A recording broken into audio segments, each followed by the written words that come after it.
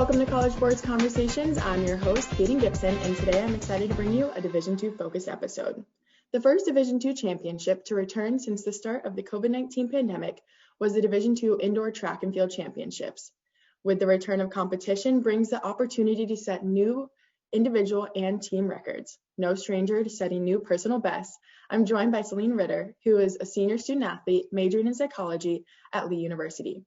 Celine competes on Lee's cross-country, indoor, and outdoor track and field teams.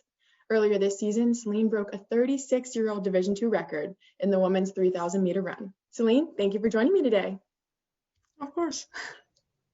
So Celine, tell me, this year has probably been a whirlwind. So how did it feel to compete for a championship after the 2020 championships were canceled due to the COVID-19 pandemic? It's been really exciting to compete. We already competed a couple times during cross-country season, but we didn't have a national championship, so it was exciting to have a national championship for indoors. And especially since last year, I was already at the championship, and then the race was canceled like one day before. So that was a bummer. So I was especially excited to be able to compete at the indoor championship.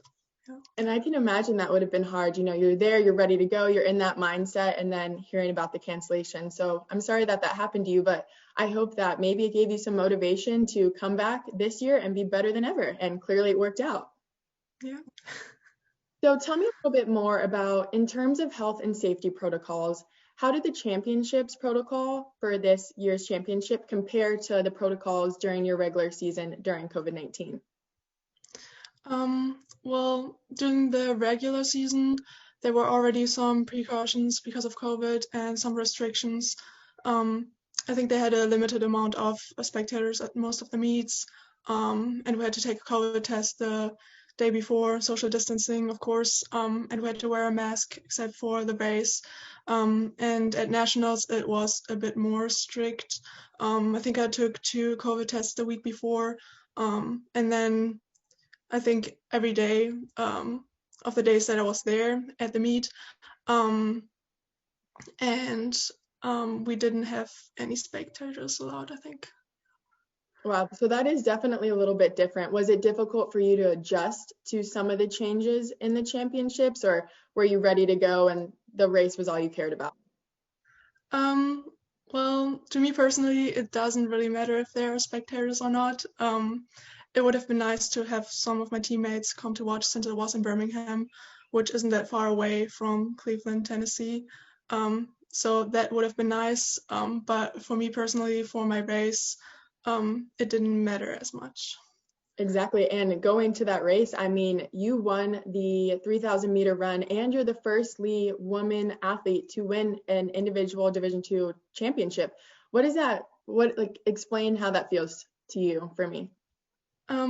Well, that feels very amazing, of course. I think it's exciting for the school as well, since it's the first ever championship win on the women's side.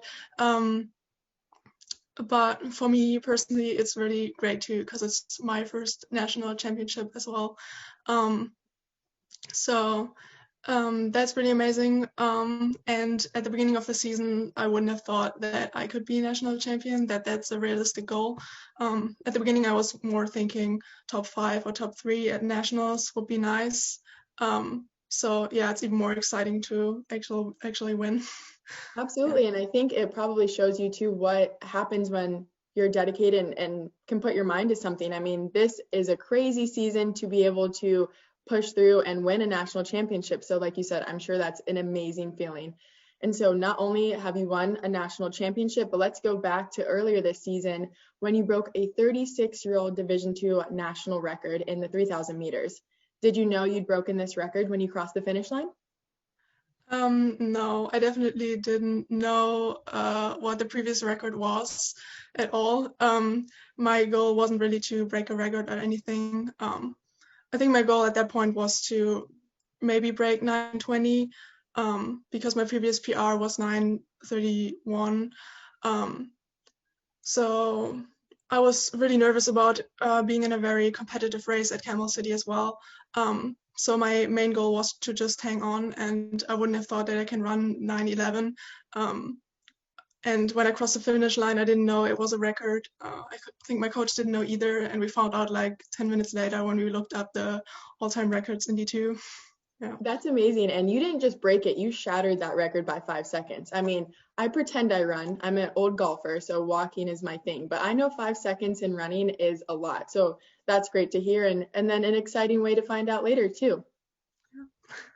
And you were also chosen this year as the USTF CCCA Division II Women's Track Athlete of the Year. And your coach, Caleb Morgan, was also chosen as the Women's Track Coach Athlete of the Year for the South Region. So what is your relationship like with your coach? Yeah, I think Coach Morgan definitely deserves all the awards that he gets. He's a really great coach, and he's very easy and fun to work with. He always has a very positive attitude, and he shares that with the team.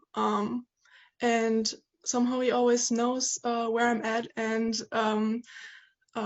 what I need to do training-wise to get ready to race. Perfect. I mean, that's always helpful when you have coaches to support you and teammates. Kind of going off the teammates a little bit, I know this year, a lot of the times, maybe the only people you could be around were your teammates. So how has your relationship with your teammates grown this past year? Yeah, the year has definitely been challenging because of COVID, but I've been in a bubble with my team the whole time, which was nice. It definitely brought us closer. It was also nice to get to know the freshmen, especially. They brought in a lot of new energy to the team. So that was really fun, yeah. Perfect. And as a senior, so I know you're preparing for the Division II Outdoor Track and Field Championships. Can you tell our listeners a little bit more about how you're preparing for that right now? Well, I haven't done a whole lot of racing outdoor season. We have conferences coming up soon, and then I have a longer gap until nationals. So yeah, overall I've been doing less racing than usually for outdoor season, but I've been training hard. So hopefully I'm gonna be able to do really well at nationals. I have no doubt. If it's anything like indoor, my full faith is in you and you got this. And so, Celine, as a senior, what are your next steps? Do you plan to stay at Lee? Are you continuing to run, or are you going to pursue a career? Yes, I have one more year of eligibility left, and I'm planning to use that up at Lee. So I'm going to graduate with my bachelor's in psychology in May, and then I'm going to come back to do an MBA program at Lee. That's exciting. Celine, thank you so much for telling us a little bit more about you, what your process looks like, and what it's like to beat a 36-year-old Division II record. Of course. And thank you all for tuning in to this month's episode of College Sports Conversations. I'm your host, Haydyn Gibson. Best of luck to Celine and all of our Division II student athletes competing in future championships.